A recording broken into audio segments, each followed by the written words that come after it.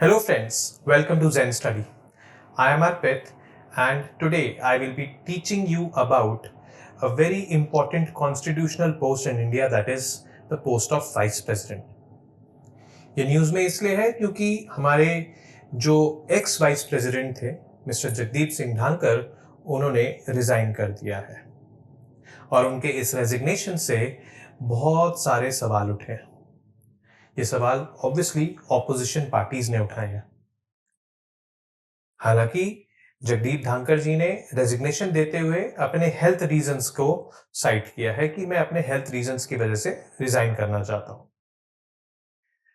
आज के इस वीडियो में हम ये देखेंगे कि office of the vice president क्या होता है, इसका क्या इंपॉर्टेंस है हमारी पॉलिटी में, जगदीप सिंह धानकर इस पोस्ट पर कब से थे और जब वो इस पोस्ट पे थे तो उनके कार्यकाल में क्या क्या इंपॉर्टेंट डिसीजंस उन्होंने लिए, क्या क्या कंट्रोवर्सीज हुई उनसे रिलेटेड, एंड मोस्ट इंपॉर्टेंटली जो उन्होंने रेजिग्नेशन दिया है उसका कॉन्स्टिट्यूशन में क्या प्रोविजंस हैं, अब दोबारा जो री इलेक्शन होने हैं वो किस तरीके से होंगे। तो ये सारी चीजें जो कि यूपीएससी पॉइंट ऑफ व्यू से इंपॉर्टेंट है, हम आज की इस वीडियो में डिस्कस करने वाले हैं। तो ये न्यूज में इसलिए है क्योंकि 21 जुलाई 2025 को vice president of India mister Jagdeep Singh Dhankhar ने अपना रेजिग्नेशन दिया। रेजिग्नेशन किसको दिया? रेजिग्नेशन दिया द्रौपदी मुर्मू यानी कि प्रेसिडेंट ऑफ इंडिया को। हाँ, यहां पर एक चीज ये देखने वाली है क्योंकि यूपीएससी प्रीलिम्स में ऐसे क्वेश्चन पूछ लेता है कि the vice president of India hands over his और her resignation to the president of India, prime minister of India, इस तरीके से क्वेश्चन आ जाते हैं। तो वाइस प्रेसिडेंट हमेशा प्रेसिडेंट को अपना रेजिग्नेशन हैंडओवर करेगा और ये article 67A of the constitution में एक्सप्लिसिटली मेंशन्ड है। सो ये एक कॉन्स्टिट्यूशनल प्रोविजन है, resignation of the vice president of India, it has to be submitted to the president. ये मॉनसून सेशन जो करंटली चल रहा है, 21 ऑफ जुलाई को ये स्टार्ट हुआ है, 21 ऑफ अगस्त तक ये चलना है। इसमें टोटल 21 सिटिंग्स होनी है। मॉनसून सेशन के पहले ही दिन इन्होंने अपना त्यागपत्र यानी कि रेजिग्नेशन दे दिया। ये जो वाइस प्रेसिडेंट की पोस्ट है ना, इसके बारे में एक चीज और भी आपको पता होनी चाहिए कि the vice president of India is the ex officio chairman of Rajya Sabha. Ex officio का मतलब यह है कि जो भी वाइस प्रेसिडेंट होगा इंडिया का, वो ऑटोमेटिकली जो हमारे पार्लियामेंट का अपर हाउस है दैट इज राज्यसभा, उसका प्रिसाइडिंग ऑफिसर भी होगा। प्रिसाइडिंग ऑफिसर मतलब वो presides over the proceedings of the house. जो डेजिग्नेशन है प्रिसाइडिंग ऑफिसर ऑफ राज्यसभा का वो है चेयरमैन, इसलिए इनको चेयरमैन ऑफ राज्यसभा बोला जाता है। ठीक है, सो he made an impassioned appeal in the Rajya Sabha while presiding over Rajya Sabha for restoring civility, mutual respect and constructive political discourse in the parliament. Indian parliamentary proceedings की चर्चा आजकल खूब है क्योंकि पार्लियामेंट्री एफिशिएंसी एक बहुत बड़ा सवाल बना हुआ है। 1 मिनट की पार्लियामेंट्री प्रोसीडिंग्स को रन करने के लिए करीब करीब 2.5 लाख रुपीस का खर्चा होता है। This is a report recently published in the Indian Express. और यहां पर frequent blockages, frequent walkouts, unnecessary protests to disrupt the functioning of the house, ये होता रहता है लोकसभा में, राज्यसभा में, दोनों जगह।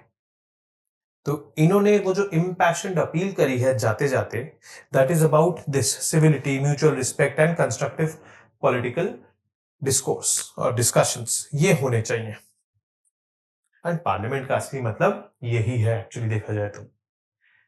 His resignation marks the first time in recent Indian political history that a vice president has resigned. Or it is sparking reflection on his controversial and assertive tenure as chairman of Rajya Sabha.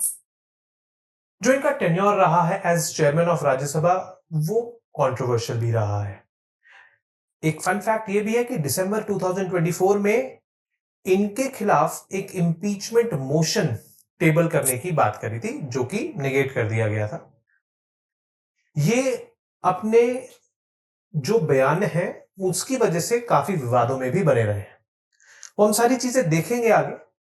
अभी in nutshell आपको ये जानना है कि इनका जो tenure है वो काफी कंट्रोवर्शियल रहा, काफी हैपनिंग रहा। अगर हम यूथ की भाषा में अगर बात करें तो रेजिग्नेशन की डिटेल्स, इन्होंने जो लेटर दिया उसमें बोला कि हमें प्रायोरिटाइज करना है अपनी health care and abide by medical advice, इसलिए मैं इस पोस्ट से रिजाइन कर रहा हूं। कई सारे विपक्ष के नेताओं ने यह भी बोला कि हेल्दी तो पूरे दिखते हैं वो, कोई और बात है जिसकी वजह से रिजाइन कर रहे हैं। बट एनीवेज इस टाइप की कहानियां बनती रहेंगी एंड इस टाइप का स्पेक्युलेटिव कंटेंट भी हमें ऑनलाइन देखने को मिलता रहेगा, चाहे वो यूट्यूब हो, चाहे वो इंस्टाग्राम हो, चाहे वो कोई भी सोशल मीडिया प्लेटफॉर्म हो। बट एज एस्पिरेंट्स हमें इस चीज का ध्यान रखना है कि we don't have to fall for such kind of speculative content और such kind of shallow content. हमें क्या ध्यान रखना है, कॉन्स्टिट्यूशनल प्रोविजंस क्या है, रेजिग्नेशन किसको दे रहे हैं, क्या ये कॉन्स्टिट्यूशन में मेंशन्ड है, अब इलेक्शन कैसे होंगे, कौन कौन वोट करेगा इनके लिए, इनका टेन्योर क्या रहा, क्या क्या इनके टेन्योर के में कंट्रोवर्सीज हुई या मेजर पॉइंट्स रहे, तो ये सब चीजें। He thanked the President Murmu for her unwavering support and the cordial working relationship they shared during his term. And he also expressed gratitude to Prime Minister Narendra Modi and Council of Ministers for their cooperation and assistance. अब एक scenario यहां पर आप ये भी देखो कि इन्होंने रेजिग्नेशन दिया प्रेसिडेंट को, प्रेसिडेंट जब तक उसको एक्सेप्ट नहीं करेंगे तब तक ये पोजीशन वेकेंट नहीं मानी जाएगी। तो प्रेसिडेंट का एक्सेप्ट करना बहुत जरूरी है। Tankar stated that it had been a privilege to serve during what he described as transformative era for India. ये 2022 से वाइस प्रेसिडेंट है और 2022 से लेके अब तक काफी सारे चेंजेस हमें देखने को मिले, चाहे वो इंडिया का जियोपॉलिटिकल स्टेचर हो, चाहे वो इंटरनल कॉन्फ्लिक्ट्स हो, चाहे वो कंट्रोवर्सीज हो, एंड इन सब में इंडिया सबसे ऊपर उठा है। That is why he is terming it as a transformative era. He reflected on the nation's rapid economic progress and global rise. He was stepping down with pride and full confidence in India's future. जाते जाते तो इंसान अच्छी बातें देखो बोलते हुए जाते ही है, ठीक है। अब इनका जो रेजिग्नेशन से रिलेटेड कॉन्स्टिट्यूशनल प्रोविजंस है वो कौन कौन से हैं? आर्टिकल 67A जो कहता है कि vice president may resign his office by writing under his hand address to the president, president को एड्रेस करते हुए, यह हमें पता लग गया। और ये जो रेजिग्नेशन है ये इफेक्टिव तभी हुआ जब प्रेसिडेंट ने उसको एक्सेप्ट किया। As per the procedure, election commission of India must initiate a process to elect the new president now. और 6 महीने के अंदर अंदर हमें नया प्रेसिडेंट, वाइस प्रेसिडेंट चाहिए, to elect the vice president, sorry, और 6 महीने के अंदर अंदर हमें नया वाइस प्रेसिडेंट चाहिए। Now implications of the resignation, इनके जो रेजिग्नेशन है उनके क्या इंप्लीकेशंस है? वैकेंसी है कॉन्स्टिट्यूशनल ऑफिस में, वो कॉन्स्टिट्यूशनल ऑफिस क्या है? Chairman of Rajya Sabha and vice president's office, ये दोनों ही कॉन्स्टिट्यूशनल पोजीशंस थी जो vice president of India hold करते हैं, तो वो वैकेंसी है। And as per procedure, president में appoint as a senior member of Rajya Sabha as interim chairman of Rajya Sabha.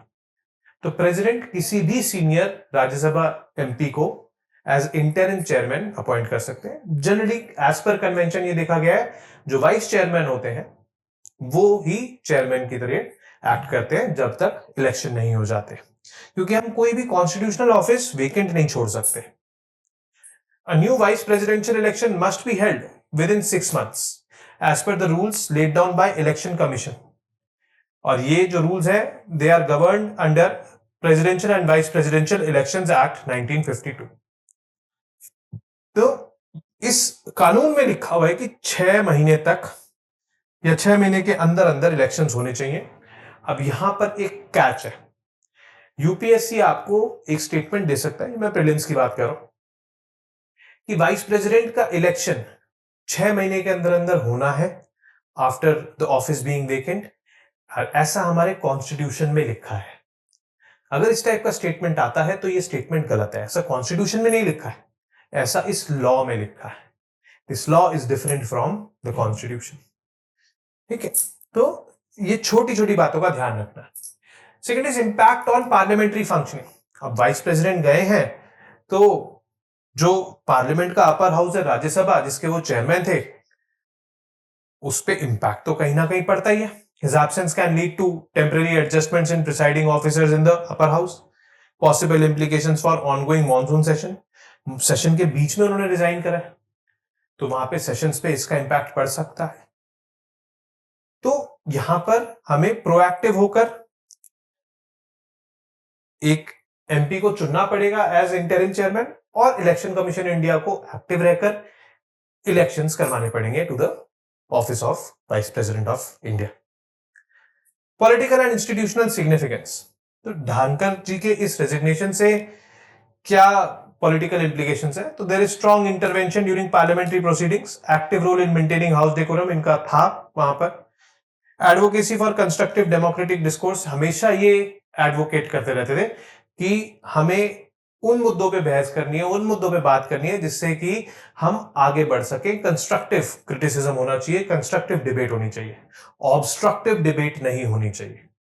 But unfortunately Indian political drama is like obstructive debates more as compare to constructive debates. Blame games और एक दूसरे को मतलब नीचा दिखाना, हर एक छोटी चीज को तिल का ताड़ बना देना, इस तरीके से चीजें होती है वहां पे। और इन सब में जो सफर करता है वो है कॉमन मैन, क्योंकि जो पार्लियामेंट रन किया जा रहा है वो कानून बनाने क्या उसका काम है। अब कानून नहीं बन पा रहे हैं, जिसकी वजह से कॉमन मैन जिन्होंने वो चुन के भेजा है उन एमपीस को, वो डिलीवर ही नहीं कर पा रहे, क्योंकि आपसी रंजिशें या आपसी तकरार इतने हैं जिसकी वजह से बड़ी प्रॉब्लम्स है। Address to parliament before resignation, देखो ये भी अच्छा ही होगा यहां पर। So Jagdeep Dhankar made notable opening remarks in Rajya Sabha, urging all political parties to engage in respectful and constructive parliamentary conduct. He warned that a thriving democracy cannot sustain constant acrimony. Acrimony मतलब आप hatred, एक दूसरे को गलत बोलना, नीचा दिखाना। तो ये जो a thriving democracy cannot sustain constant acrimony, आप पर्सनल अटैक्स मत कीजिए।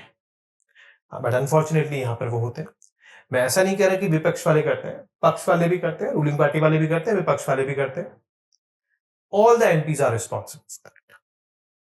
सो ये चीज हमें अवॉइड करनी चाहिए। He emphasized that although political parties may pursue the same national goals, सबका नेशनल गोल सेम है, विकसित भारत, डेवलप्ड इंडिया, इस तरीके से, through different methods, no Indian truly works against the interest of the nation. He argued that internal discord weakens national unity. जो आपसी तकरार है उससे नेशनल यूनिटी वीकन होती है, providing leverage to external enemies.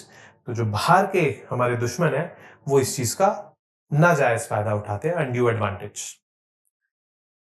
He called upon members of the parliament to choose dialogue and discussion over conflict and personal attacks. But unfortunately यहां पर MPs इस चीज को कितना मान देंगे ये पता लगेगा समय के साथ। Tributes paid in the Rajya Sabha. अब जब ओपनिंग सेशन था, ओपनिंग आई वुड से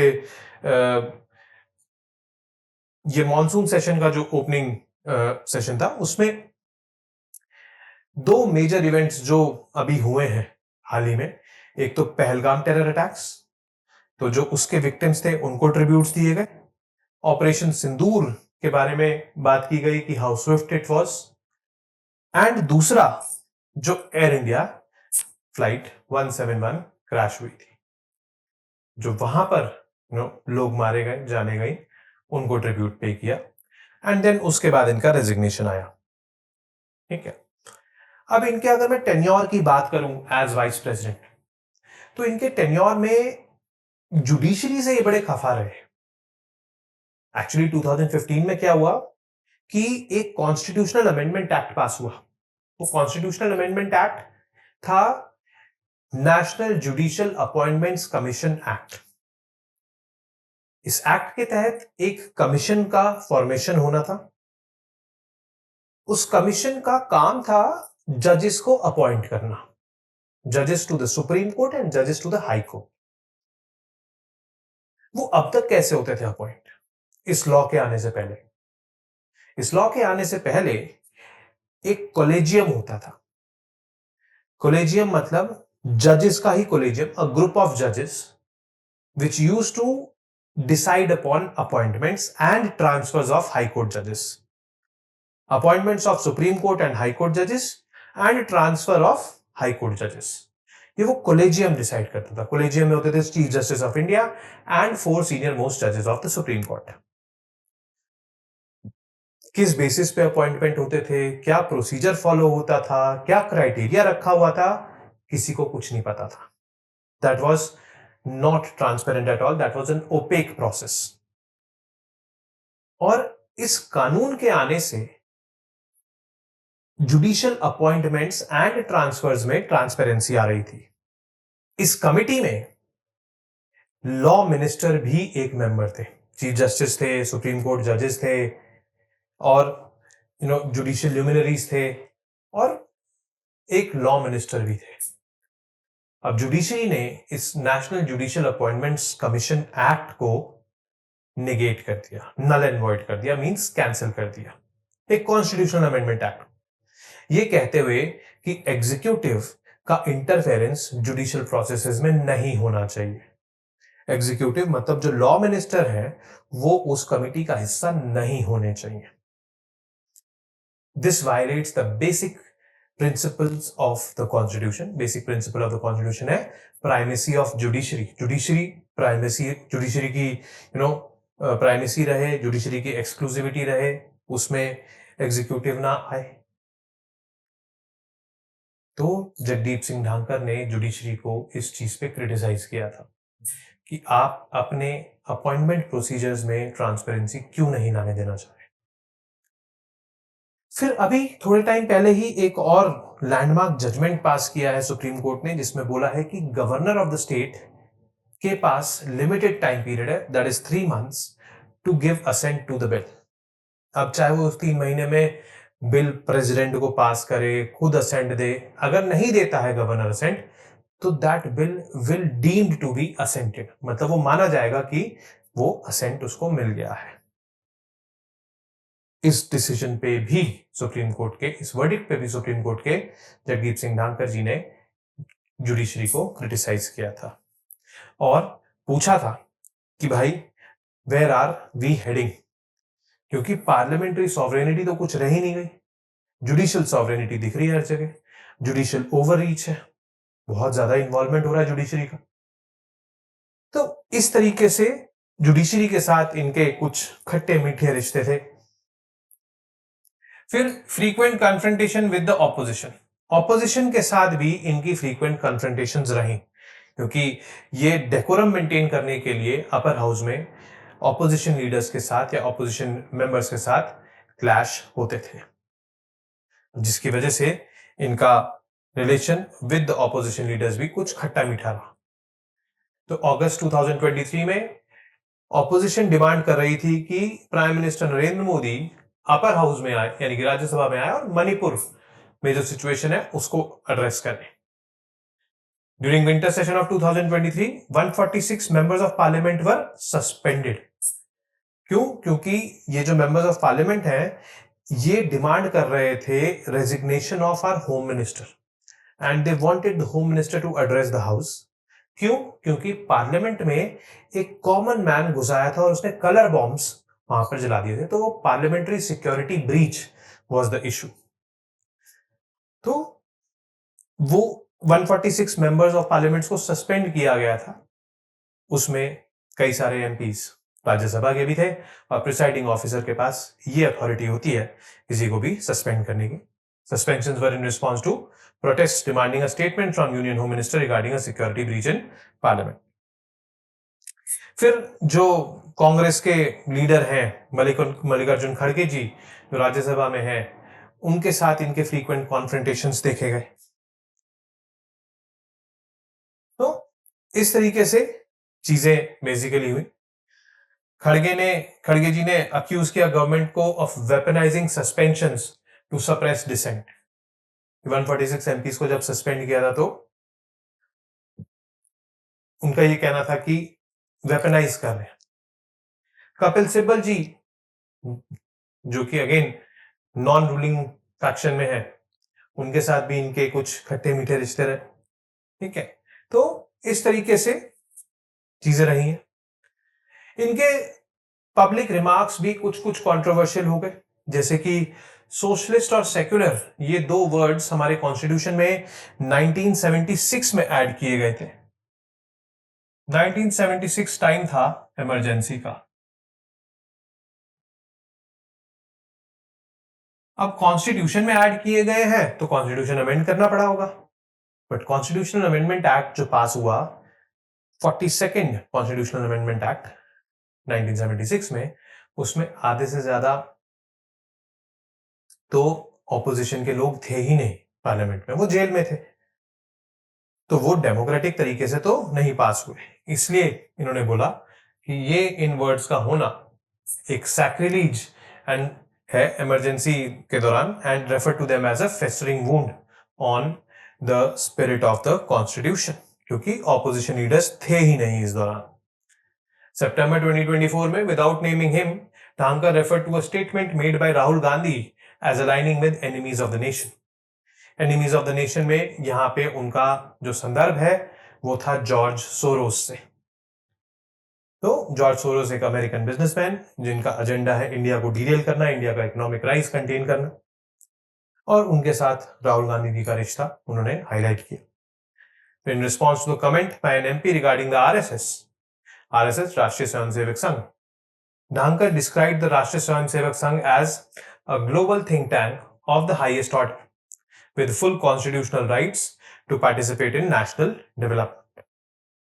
तो ये दिखाता है कि इनकी जो लीनिंग्स हैं टुवर्ड्स आरएसएस वो भी ठीक ठाक थी। अटेम्प्टेड इम्पीचमेंट, दिसंबर 2024 में एक इम्पीचमेंट इनके अगेंस्ट अटेम्प्ट की गई। 60 एमपीज फ्रॉम इंडी ब्लॉक या इंडी अलायंस ने ये नोटिस किया, साइन किया नोटिस को, but deputy chairman Harivansh ji ने इसको रिजेक्ट कर दिया। बोला कि भाई ये 14 डे नोटिस पीरियड जो है ये फॉलो नहीं हुआ था, जिसकी वजह से ये एक्सेप्टेबल नहीं है। Can a vice president be impeached in India? Yes, the vice president can be impeached in India, and it is explained in Article 67B, 92 and 100 of the Indian Constitution. किस तरीके से हो सकता है वो देखते हैं। नोटिस रिक्वायर्ड होता है। 67B ऑफ द कॉन्स्टिट्यूशन क्या कहता है कि there must be a 14 day notice before the motion can be moved, और मोशन ये मूव हो सकता है सिर्फ और सिर्फ राज्यसभा में, क्योंकि vice president is the presiding officer of Rajya Sabha. ठीक है, तो जब भी ये टेबल होता है उसके बाद 14 दिन का टाइम दिया जाता है कि जो इंपीचमेंट के ग्राउंड्स हैं उनको इन्वेस्टिगेट किया जाए। ठीक है, और इन्वेस्टिगेट करने के बाद फिर इस पे वोटिंग हो। This notice is mandatory before the resolution can be introduced. Opposition के जो गोल थे वो कहते थे कि उनके पास वोट्स नहीं है ये इंपीचमेंट मोशन को सक्सेसफुल बनाने के लिए, बट वो कहते थे कि we are fighting to save parliamentary democracy. ये बस सिंबॉलिक है, क्योंकि जगदीप सिंह डांकर हमारे को सप्रेस करते हैं, हमारे को बोलने नहीं देते हैं पार्लियामेंट में, इसलिए इनको इम्पीच करना जरूरी है, क्योंकि पार्लियामेंट्री डेमोक्रेसी को अगर सेव करना है तो ये जरूरी है। टीएमसी यानी कि तृणमूल कांग्रेस का statement, Sagarika Ghosh, deputy leader of TMC in Rajya Sabha, said this government is killing the parliament. She also claimed that BJP was scared because they do not have answers to people's issues. She added that the government is misusing important constitutional offices for its own benefit. Opposition's numbers in Rajya Sabha, जो opposition के numbers हैं, इंडी block के हैं 103 members, total 243 members हैं, तो 50% mark तो इनके पास नहीं है। And independent MP Kapil Sibal hai, and even with this support, they do not have enough votes to remove Dhankar. However, they still want to submit the notice as a statement of their concerns. Opposition was also upset after Dhankar mentioned Congress MP Abhishek Singhvi in connection with the recovery of money from his seat. This money was corruption money. Now, this, along with Dhankar allowing BJP members to raise the issue of Congress ties to George Soros, angered the opposition. जब इन्होंने बोला कि भाई George Soros के साथ ties आने से हुआ, तो ऑपोजिशन थोड़ी एंग्री हो गई इस चीज को लेकर. तो इस तरीके से चीजें हुई. और ऐसा नहीं है कि किसी भी प्रिसाइडिंग ऑफिसर के तहत ये पहला अटेम्प्ट फॉर इम्पीचमेंट था. इंडिया में पहले भी हो चुके हैं, बट अब तक कोई भी सक्सेसफुल नहीं हुआ है. मींस कोई भी प्रिसाइडिंग ऑफिसर, चाहे वो लोकसभा का हो चाहे वो राज्यसभा के हो, इम्पीच नहीं हुए हैं. ठीक है. सो नो कॉन्फिडेंस मोशन पहले भी गया है. जैसे 2020 में opposition moved no confidence motion against deputy chairman of Rajya Sabha Harivansh after he allowed the farm bills to be passed without proper discussion. Strong protest हुए. ऑपोजिशन ने अक्यूज किया of violating parliamentary rules. Article 90 of the Constitution talks about how a deputy chairman can be removed, and it allows for resolution to be passed if the majority of members in Rajya Sabha agree. So, 2020 में ये हुआ. अब speakers of Lok Sabha के against भी इस type के resolutions pass हुए, but they were never successful. 1951 में resolution was moved against G V Mavalankar, the first speaker of Lok Sabha. Sardar Hukum Singh in 1966 and Balram Jakhar in 1987 also faced similar resolutions, but these were discussed and rejected by the House. ये पास ही नहीं हुए आज तक. अब vice president बनने से पहले जगदीप धनखड़ जी waste Bengal के गवर्नर थे, और वेस्ट बंगाल में जो चीफ मिनिस्टर ममता दीदी, उनके साथ इनका खट्टा मीठा रिश्ता. Before becoming vice president he served as governor of West Bengal 2019 से लेकर 2022 तक, and it was marked by regular clashes with Chief Minister Mamata Banerjee and her administration. ये clashes यहां तक बढ़ गए कि ममता बनर्जी ने इनको सोशल मीडिया पे अनफॉलो कर दिया. तो ये सब चीजें थी. And he frequently criticized the state government on issues such as law and order, corruption, post poll violence and appointment of vice chancellors. Vice chancellors जो स्टेट की यूनिवर्सिटीज होती हैं उनके हेड होते हैं. चांसलर तो गवर्नर होते हैं. Vice chancellors are appointed by the state government, under the hand and seal of the governor. अब इनका कुछ पर्सनल एंड पॉलिटिकल बैकग्राउंड देख लेते हैं. 1951 में ये पैदा हुए Kithana village, Jhunjhunu district, Rajasthan. Agrarian family, मतलब फार्मिंग बैकग्राउंड है. And he studied at a government school and later attended Sainik school Chittorgarh. He earned a law degree from University of Rajasthan and became a senior advocate in the Supreme Court of India. Advocate बनने के बाद इनकी political journey 1989 में start हुई, जब ये लोकसभा के लिए इलेक्ट हुए थे on a Janata Dal ticket. He later joined Congress and served as MLA in Rajasthan Assembly. यानी कि जनता दल, फिर कांग्रेस, एंड देन 2003 में बीजेपी. घाट घाट का पानी पिया है. Advising the party on legal issues before being appointed governor of West Bengal in 2019 and then vice president in 2022. तो ये रही है जर्नी जगदीप सिंह धनखड़ जी की. अब जब भी नया वाइस प्रेसिडेंट के इलेक्शंस होंगे तो हम एक और वीडियो के साथ आएंगे, और उसमें हम आपको बताएंगे कि elections to the vice president of India किस तरीके से होते हैं, कौन कौन होता है इनके इलेक्टोरल कॉलेज में, और किस तरीके से वोट्स डाले जाते हैं. आज के लिए बस इतना ही. I will see you for more such informative videos and content. Till then, you guys very well know what to do. Keep studying, keep reading, keep writing, and most importantly, keep revising. Namaste. Jai Hind.